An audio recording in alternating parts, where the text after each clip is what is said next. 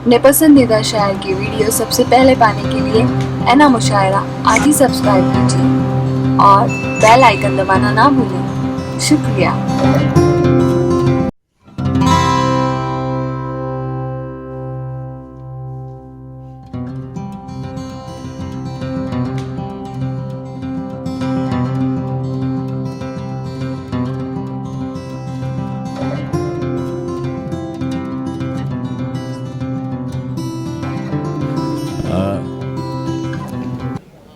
वक्त और ये खूबसूरत महफिल हमारे आपके सबके हर दिल अज़ीज़ महबूब रहनुमा फ़ख्र हिंदुस्तान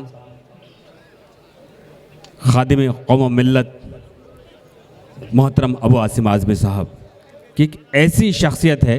नहीं, खामोश है दिल भरी महफिल में चिल्लाना नहीं अच्छा, अदब पहला करीना है मोहब्बत के करीनों में। बेशतर हिंदुस्तान के लोग मुझसे इस बात को कहते हैं कि नज़र भाई आप अबू आसिम आज़मी साहब के बहुत करीब हैं, तमाम शोरा बड़े करीब हैं, उन्होंने अदब को बड़ा ताउन दिया है, बड़ी परवरिश की है। लेकिन इस वक्त जो हिंदुस्तान के मुशायरों का हाल है उस पर थोड़ी सी रोशनी वो डालें, एक फ़िक्र वो रखें। आइए दोस्तों, मैं भी सुनना चाहता हूँ, आप भी सुनना चाहते हैं, शोरा इकराम भी सुनना चाहते हैं। कुछ मौके ऐसे होते हैं और आज ये हसीन महफिल उन्होंने और उनके तमाम साथियों ने मिलकर सजाई है, आप सब के लिए इस जश्न का एहतमाम किया है। कुर्बान उन पर, उनकी सोच पर, उनकी खिदमत पर। बदन कजला गया तो दिल की ताबानी से निकलूँगा, बदन कजला गया तो दिल की ताबानी से निकलूँगा, मैं सूरज बन के एक दिन अपनी पेशानी से निकलूँगा। ज़मीरे वक्त में पैवस्त हूँ मैं फांस की मानिंद, ज़माना क्या समझता है कि आसानी से निकलूँगा, मैं ऐसा खूबसूरत रंग हूँ दीवार का घर की, अगर निकला तो घर वालों की नादानी से निकलूँगा। हम वादा करते हैं कि इंशाल्लाह हमसे कभी कोई ऐसी नादानी नहीं होगी। आइए बहुत ही अदब एहतराम के साथ कि क्या बताऊँ मैं तुमको मेरा यार कैसा है, चांद सा नहीं है वो, चांद उसके जैसा है। मोहतरम अबू आसिम आज़मी साहब से गुजारिश करता हूँ पुरजोर तालियों से इस्तकबाल करें। नाजिम सिद्दीकी साहब और रुखसाना सिद्दीकी साहिबा से मैं गुजारिश करता हूँ कि उनके खिदमत में एक तलवार वो पेश करना चाहते हैं।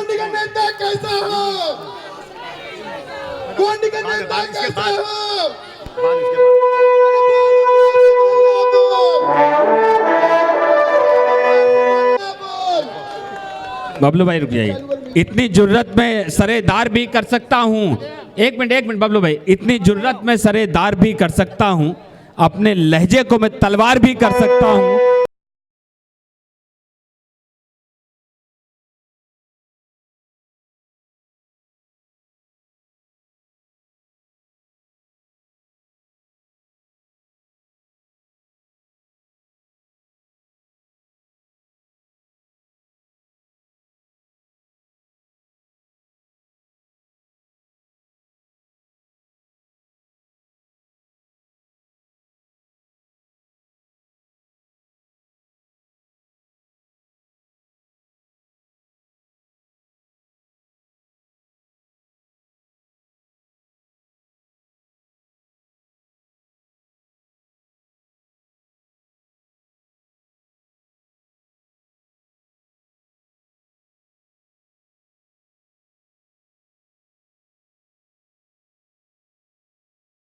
एक मिनट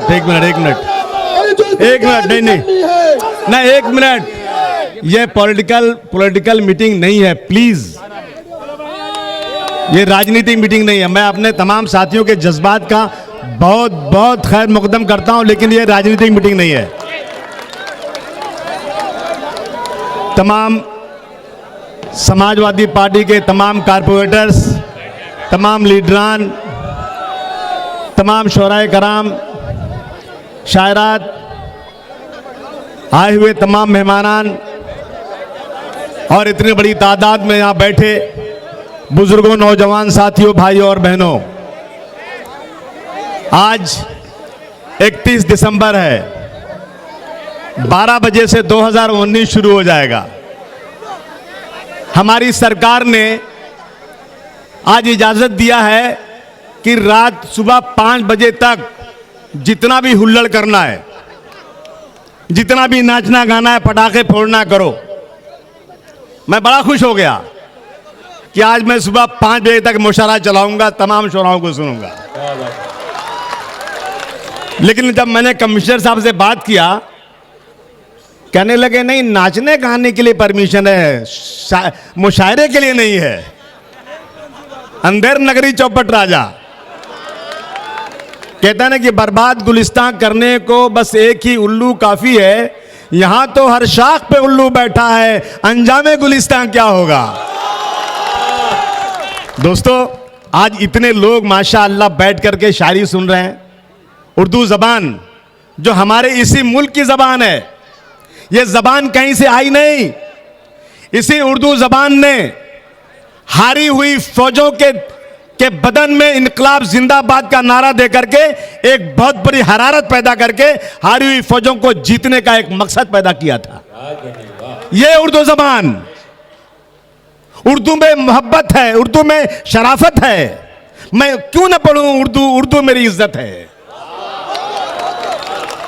मैं शोराए कराम का बहुत शुक्रिया अदा करता हूं कि आज उर्दू के फरोग का, उर्दू को जिंदा रखने का एक ही रास्ता नजर आता है। जहां इतनी बड़ी तादाद है माशाअल्लाह लोग खड़े हैं, ये शायर लोग मुशायरे करके आज उर्दू को जिंदा रखे हुए हैं। आजादी की लड़ाई लड़ने वाली उर्दू ने यह सोचा था कि मैं इस मुल्क से अंग्रेजों को भगाकर, अंग्रेजी खत्म करके उर्दू इस मुल्क में चलेगी। लेकिन आजादी की लड़ाई लड़ने में उर्दू ने जितना बड़ा किरदार अदा किया, शायद और किसी जबान में हिंदुस्तान में नहीं किया था। और आज वही जबान हिंदुस्तान को आजाद करवा कर इस मुल्क में परदेसी बन गई है।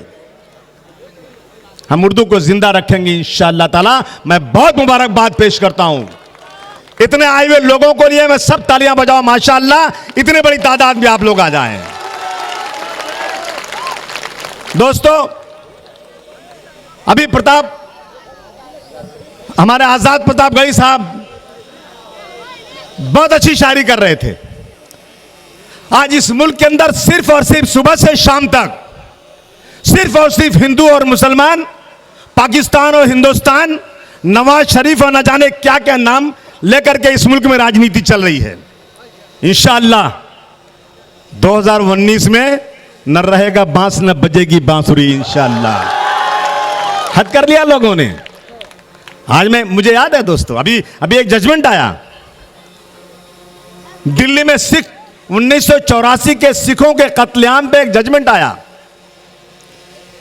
जिसमें सज्जन कुमार को उम्र कैद हुई। आज ही वो सरेंडर किया उन्होंने, उम्र कैद, जिंदगी भर अब कभी जेल से बाहर नहीं आ सकते। तो जज साहब ने उस वक्त जजमेंट लिखते वक्त एक रिमार्क पास किया कि 1984 के सिख दंगों का में तो सजा हो गई, लेकिन मुंबई के 1992-93 के दंगों में मारे गए हजारों मुसलमानों को आज तक इंसाफ नहीं मिला। जज ने रिमार्क पास किया कि 2002 में गुजरात में खून की होली खेलने वाले उन गुंडों और उन कातिलों को आज तक सजा नहीं हुई। जज ने लिखा उसके अंदर और कहा कि मुजफ्फरनगर में 2013 में मारे हुए मुसलमानों के परिवारों को आज तक इंसाफ नहीं मिला, क्योंकि सियासी पनाह उनको मिली हुई है। आज दोस्तों, हमें जीना है इस मुल्क में। तो शेर मैसूर टीपू सुल्तान ने कहा था, एक दिन की जिंदगी शेर की 100 दिन गिदड़ की जिंदगी से बेहतर है। याद रखना इस बात को। हम इस मुल्क में किसी के बाप की मेहरबानी से नहीं रहते। हमारे बाप दादाओं ने इस मुल्क को आजाद किया है। और सोच लें सरकारें, ये जुल्म बंद कर दो, नहीं तो इंशाअल्लाह एक दिन आएगा कि तुम्हें पनाह नहीं मिलेगी। कितने कम ज़र्फ़ हैं ये गुब्बारे, चंद सांसों में फूल जाते हैं। कितने कम ज़र्फ़ हैं ये गुब्बारे, चंद सांसों में फूल जाते हैं। और जब कमीने उरूज पाते हैं, अपनी औकात भूल जाते हैं। दोस्तों, साथियों, मुझे गोंडी के लोगों ने एमएलए बनाया। यकीन जानना, मैं सियासत सिर्फ और सिर्फ मुरझाए हुए चेहरों पे मुस्कान लाने के लिए करता हूं। मैं सियासत सिर्फ लोगों की मदद के लिए, और मैं सियासत बिल्कुल ईमानदारी के साथ लोगों की खिदमत के लिए करता हूं। मेरा मकसद कभी नहीं रहा कि मैं कोई मंत्री बन जाऊं, कोई बड़े ओहदे पे आ जाऊं, लेकिन मेरा मकसद यह जरूर रहा है कि आज इस मुल्क के अंदर जो नाइंसाफी हो रही है उसके खिलाफ लड़ने के लिए हमें ताकत की जरूरत है। जब मैं देखता हूं 1992-93 में 2,500 लोग मारे गए और आज तक उन कातिलों को सजा नहीं मिली, और 257 लोग बम ब्लास्ट में मार दिए गए 12 मार्च को, तो पूरा देश चिल्ला उठा।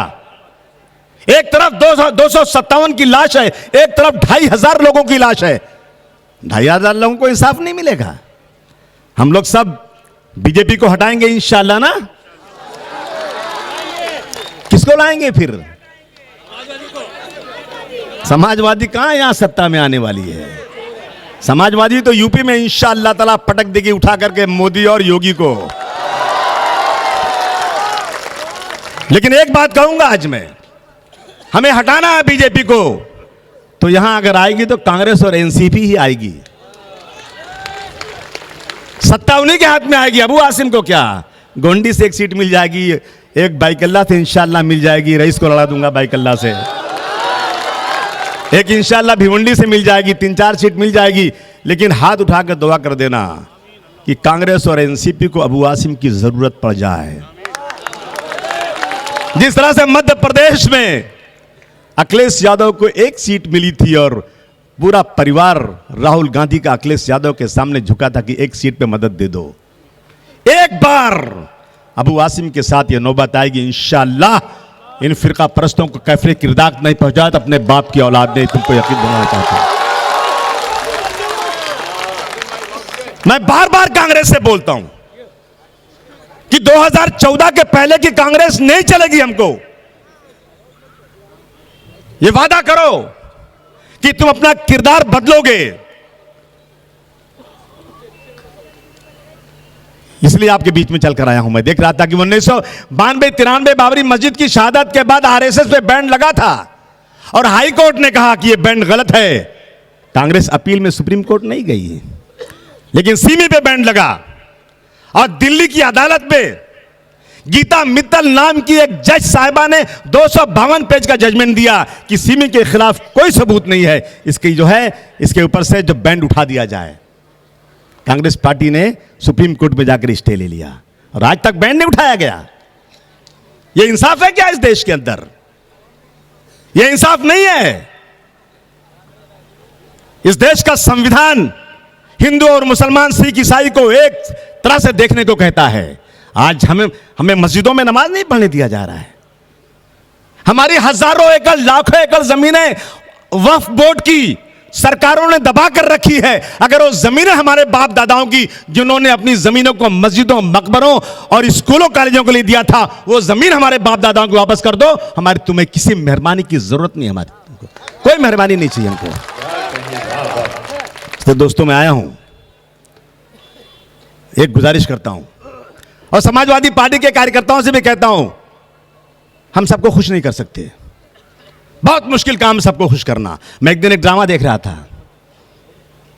एक कुत्ता अपने गले में एक थैली लटकाए दुकान पे पहुंचा। दुकानदार ने देखा कि इसके गले में थैली, उसने थैली खोला, उसमें पर्ची लिखी थी, ये सामान दे दो, और पैसा उसमें था। पैसा लिया उसने, सामान दिया और गले में सामान बांध दिया। कुत्ता चला। दुकानदार बोला, इतना होशियार कुत्ता, इस साला किसका कुत्ता मैं देखने जाता हूं। कुत्ता आगे आगे चला, दुकानदार दुकान बंद करके उसके पीछे पीछे चला। कुत्ता जाके बस स्टॉप पे खड़ा हो गया और उसके बस आई, कुत्ता उसमें घुस गया और जाके कंडक्टर के पीछे जाके दुम हिलाया। कंडक्टर ने देखा कि इसके पास एक उसके गले में कागज बंधा हुआ है, उसे निकाला, बोले फलां जगह टिकट दे दिया। टिकट उसको, दुकानदार पीछे पीछे उसके। बस स्टॉप आया, कुत्ता उतरा नीचे, दुकानदार पीछे गया। जाते जाते जाते एक घर के दरवाजे पर कुत्ता रुका और लात मारा, 3-4 लात। उसका मालिक अंदर से निकला लाठी लेकर के, कुत्ते को 5 लाठी मारा। दुकानदार बोला, अरे भाई साहब, मैं आपसे पूछता हूं, इतना अच्छा कुत्ता आपने मारा क्यों इसको? बोला एक कमबख्त थोड़ा इंतजार नहीं कर सकता था, दरवाजा खटखटा दिया, मेरी नींद खराब कर दिया। तो दुनिया में किसी की परवाह मत करो, अपना काम करते जाओ, काम करते जाओ, दुनिया सराहेगी नहीं। अजीब लोग हैं, पहले हवाएं मांगते हैं, हवा चले तो हवा से पनाहें मांगते हैं। रोज गुजर रही मेरे ऊपर, खुदा की कसम, मैं सियासत इबादत की तरह करना चाहता हूं, करता हूं।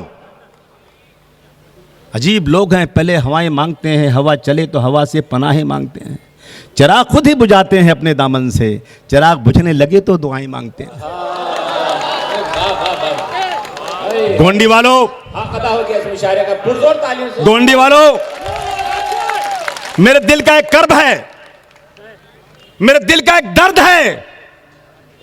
मेरी तादाद इस मुल्क में 13.5% है, 14% है, लेकिन आज मेरे लोगों ने बांट दिया खाने खाने में, शिया, सुन्नी, देवबंदी, बरेलवी, अंसारी और पठान।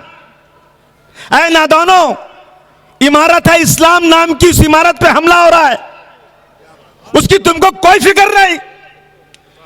तुमने उस इमारत के ऊपर अपने फ्लैट बना रखे हैं, एक पर तख्ती लगाया शिया, एक पर सुन्नी, एक पर देवबंदी, एक पर बरेलवी, और न जाने क्या क्या तख्तियां बनाकर रखी है। नादान, हमला हो रहा है बिल्डिंग पे, बिल्डिंग पे हमला होगा, फ्लैट नहीं बचेगा, नहीं बचेगा।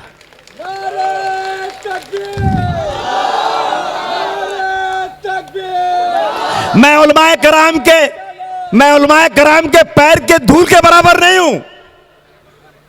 मैं नाचीज बहुत छोटा आदमी हूं, लेकिन मेरे दिल का कर्ब है ये। हाथ जोड़कर उलमाए कराम से कहना चाहता हूं, अगर आप देवबंदी हैं तो देवबंदी का काम कीजिए जितनी ताकत से कर सकते हैं। बरेलवी को बुरा मत बोलिए, मत बोलिए। सीखिए हुजूर सल्लल्लाहु अलैहि वसल्लम से, किसकी किसकी नमाज जनाजा उन्होंने पढ़ाया। और अगर आप देवबंदी हैं, बरेलवी हैं, तो चलाइए बरेलवी मसलक को जितना चलाना हो, लेकिन माइक पे देवबंदियों को बुरा मत बोलिए, ये मत कीजिए। जब चलती है गोली पुलिस की, एक कोई मसलक का आदमी आकर कह दे अबू आसिम तुम झूठ बोलता है, तो मैं अपनी बात को वापस ले लूंगा। जब पुलिस की गोली चलती है तो कभी नहीं पूछती कि देवबंदी है कि बरेलवी है, ये मुसलमान है। ये होता है कि नहीं होता है? मैं रोज इससे जो है रोजाना निपट रहा हूं और झेल रहा हूं। मैं एक दिन जा रहा था, खुदा की कसम झूठ नहीं बोल रहा हूं, एक ठेले पर अंगूर बिक रहा था, और वो अंगूर वाले से मैंने पूछा क्या भाव बेच रहा है। कुछ अंगूर गुच्छे में थे, कुछ अलग अलग, एक एक अंगूर टूट गए थे गुच्छे से। उसने कहा अबू आसिम मैं ये अंगूर 40 रुपया किलो बेचता हूं जो गुच्छे में नहीं है, और जो गुच्छे में उसको 80 रुपया में बेचता हूं। मैं रुक गया वहां पे, शायद मेरे साथ मेरे वर्कर भी थे, अगर उनको याद हो तो। अगर तुम अपने परिवार के साथ हो तो तुम्हारी वैल्यू बढ़ जाती है, परिवार से अलग हो जाते हो तुम्हारी वैल्यू कम हो जाती है। वाह वाह वाह, इस्तकबाल करिए हाज़रीन, इस्तकबाल करिए और ले जाइए पैगामात अपने ऐसा मत करो, सीनों में बसा कर। ऐसा मत करो, परिवार के साथ रहो, अपना अपना मसलक पे रहो, पूरी ताकत के साथ रहो, कोई मना नहीं करता है, पूरी ताकत के साथ मसलक चलाओ, लेकिन सड़क पर कौम को मत बेचो। ये हाथ जोड़ना चाहता हूं, यही चाहते हैं ये लोग। आज कुछ औरतें बुर्का पहन के उनके साथ घूम रही हैं कि 3 तलाक पे बहुत खुश है। उनका डीएनए करो, डीएनए।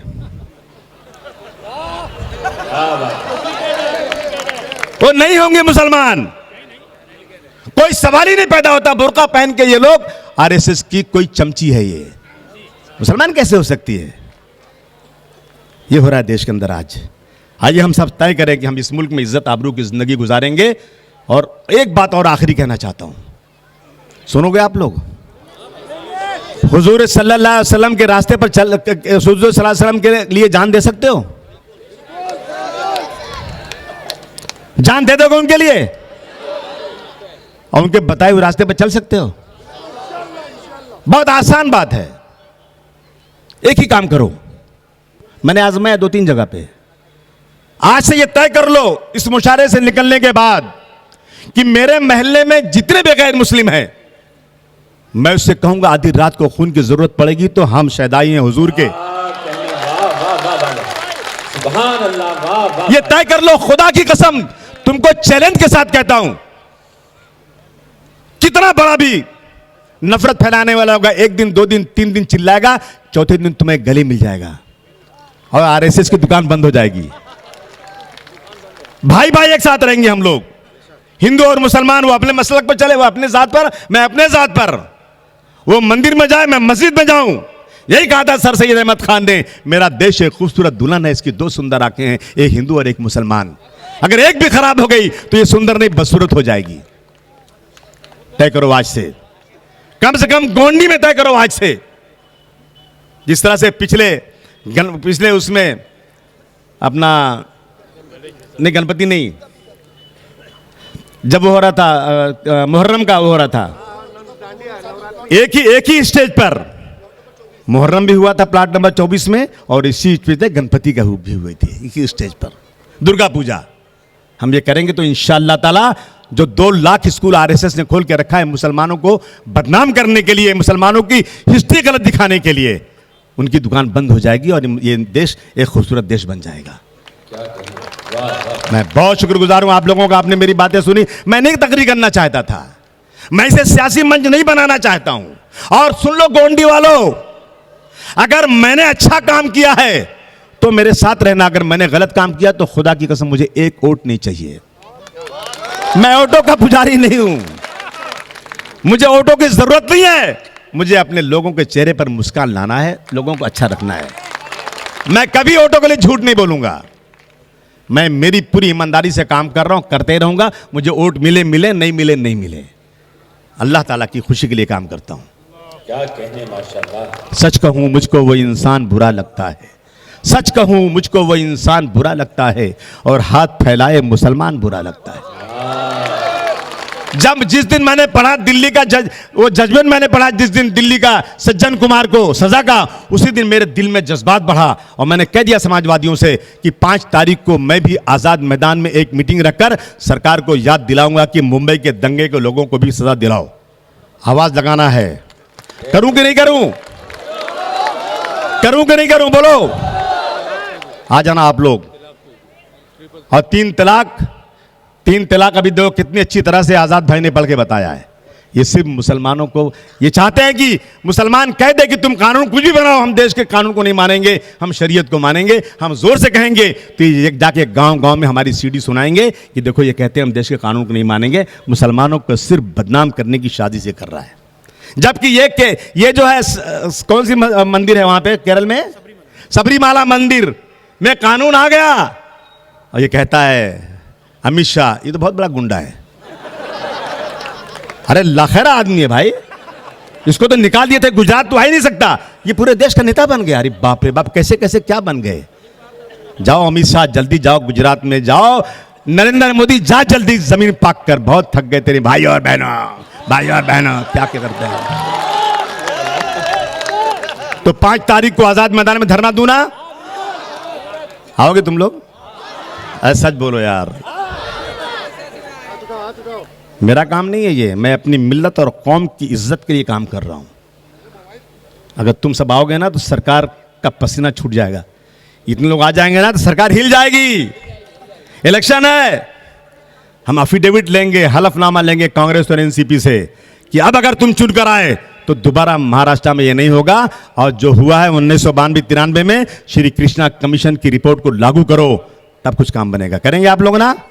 बहुत बहुत शुक्रिया, मुझे झेल लिया आप लोगों ने, मैं समझा कोई हुटिंग ना कर दे यार। खुदा हाफिज। अच्छा हाँ भाई लाओ। नूर मोहम्मद अब्दुल अजीज शेख। कौन है? नूर मोहम्मद अब्दुल अजीज शेख। ला के क्या बनाया इनको? जो तालुका समाजवादी पार्टी में पोस्ट मिली, तरह ताली बजा दो भैया इनको यार। चलो लाओ लाओ जल्दी लाओ। अरे बबलू के लिए जोरदार ताली बजाओ, बहुत मेहनत किया मुशारे के लिए इसने यार। डॉक्टर अनीस अहमद अंसारी। डॉक्टर अनीस अहमद जाओ दो। डॉक्टर अनीस अहमद आ जल्दी आओ जल्दी आओ। मोहम्मद इम्तियाज। मोहम्मद इम्तियाज। मोहम्मद इम्तियाज। जल्दी जल्दी जल्दी अरे वो नाम लो भाई लो चलो हाँ लो चलो लाओ जल्दी जल्दी। इम्तियाज। समझ आप और डॉक्टर सरवर आलम खान प्रेसिडेंट डॉक्टर सैद लो सरवर भाई आइए मुबारक हो।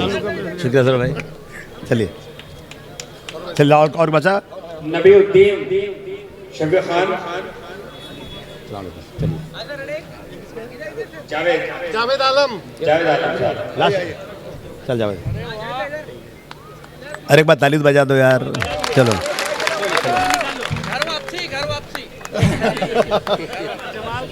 बहुत शुक्रिया।